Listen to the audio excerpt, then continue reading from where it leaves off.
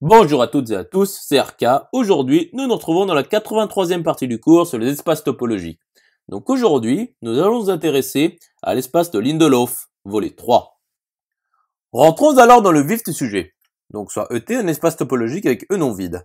Et donc pour G non vide, T rond appartenant à U de G et Y appartenant à P de G, soit la propriété 1 G T rond d'Y qui me dit que pour tout FI pour I appartenant à grand I appartenant à G puissance grand I, pour tout I de grand I, FI est égal à son adhérence et l'intersection pour I appartenant à grand I des Y inter FI est vide, implique qu'il existe grand J inclus dans grand I, que cardinal de grand J est inférieur à F0 et l'intersection pour I appartenant à grand J des Y inter FI est vide.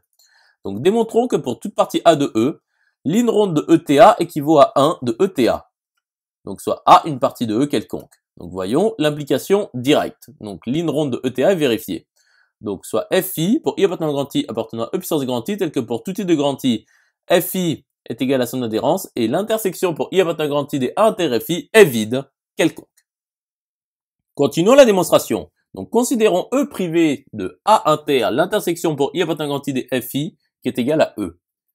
Donc E privé de A union l'union pour I appartenant à grand I des E privé de FI est égal à E. Donc A est inclus dans E privé de A union l'union pour I appartenant à grand I des E privé de FI.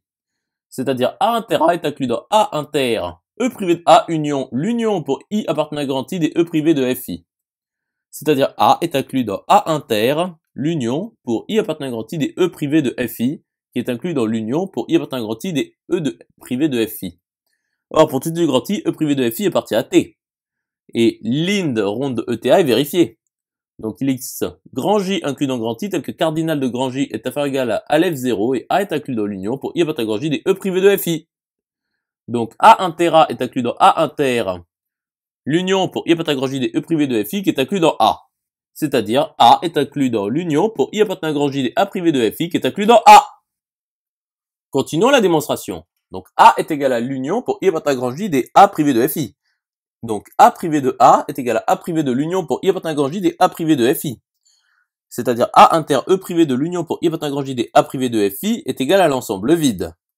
C'est-à-dire A inter l'intersection pour I appartenant à grand J des E privé de A privé de FI est égal à l'ensemble vide. C'est-à-dire A inter l'intersection pour I appartenant à grand J des E privé de A inter E privé de FI est égal à l'ensemble vide.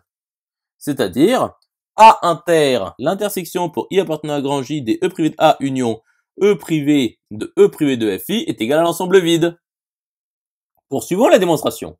Donc, nous avons A inter l'intersection pour I appartenant à grand J des E privé de A union FI qui est égal à l'ensemble vide. C'est-à-dire A inter E privé de A union l'intersection pour I appartenant à grand J des FI est égal à l'ensemble vide. C'est-à-dire A inter l'intersection pour I appartenant à grand J des FI est vide. C'est-à-dire l'intersection pour I appartenant à grand J des FI inter A est vide. Donc il existe grand J inclus dans grand I tel que cardinal de grand J est inférieur égal à F0 et l'intersection pour I appartenant à grand J des FI inter A est vide. Donc 1 de ETA est vérifié. Poursuivons la démonstration. Donc voyons l'implication réciproque. Donc 1 de ETA est vérifié. Donc soit OI pour I appartenant à grand I appartenant à T puissance grand I tel que A est inclus dans l'union pour I appartenant à grand I des OI. Donc pour tout I de grand I, E privé de OI est égal à son adhérence. Donc E privé de l'union pour I appartenant à grand I des OI est inclus dans E privé de A. C'est-à-dire l'intersection pour I appartenant à grand I des E privé de OI est inclus dans E privé de A. Donc A inter l'intersection pour I appartenant à grand I des E privé de OI est inclus dans A inter E privé de A qui est égal à l'ensemble vide. C'est-à-dire l'intersection pour I appartenant à grand I des A privé de OI est égal à l'ensemble vide. C'est-à-dire l'intersection pour I appartenant à grand I des A inter E privé de OI est égal à l'ensemble vide. Continuons la démonstration. Donc nous savons que 1 de ETA est vérifié. Donc il existe grand J inclus dans grand I tel que cardinal de grand J est inférieur égal à F0 et l'intersection pour I appartenant à grand J des A inter E privé de OI est égal à l'ensemble vide. C'est-à-dire l'intersection pour I appartenant à grand J des A privé de OI est égal à l'ensemble vide. Et donc l'intersection pour I appartenant à grand J des A privé de OI est inclus dans E privé de A. Donc A est inclus dans E privé de l'intersection pour I appartenant à grand J des A privé de OI qui est égal à l'union pour I appartenant à grand J des E privé de A de privé de OI. Ce qui est égal à l'union pour I appartenant à grand J des E privé de A union l'union pour I appartenant à grand J des OI. Ce qui est égal à E privé de A union l'union pour I appartenant à grand J des OI. Continuons la démonstration. Donc A inter A est inclus dans A inter E privé de A union l'union pour I appartenant à grand J des OI. C'est-à-dire A est inclus dans A inter l'union pour I épsilon grand J DOI qui est inclus dans l'union pour I épsilon grand J DOI. Et donc A est inclus dans l'union pour I épsilon grand J DOI. Et donc l'inronde de ETA est vérifiée. Conclusion établie. J'espère que cette vidéo vous aura plu et vous sera utile. Nous nous retrouvons dans la 84e partie.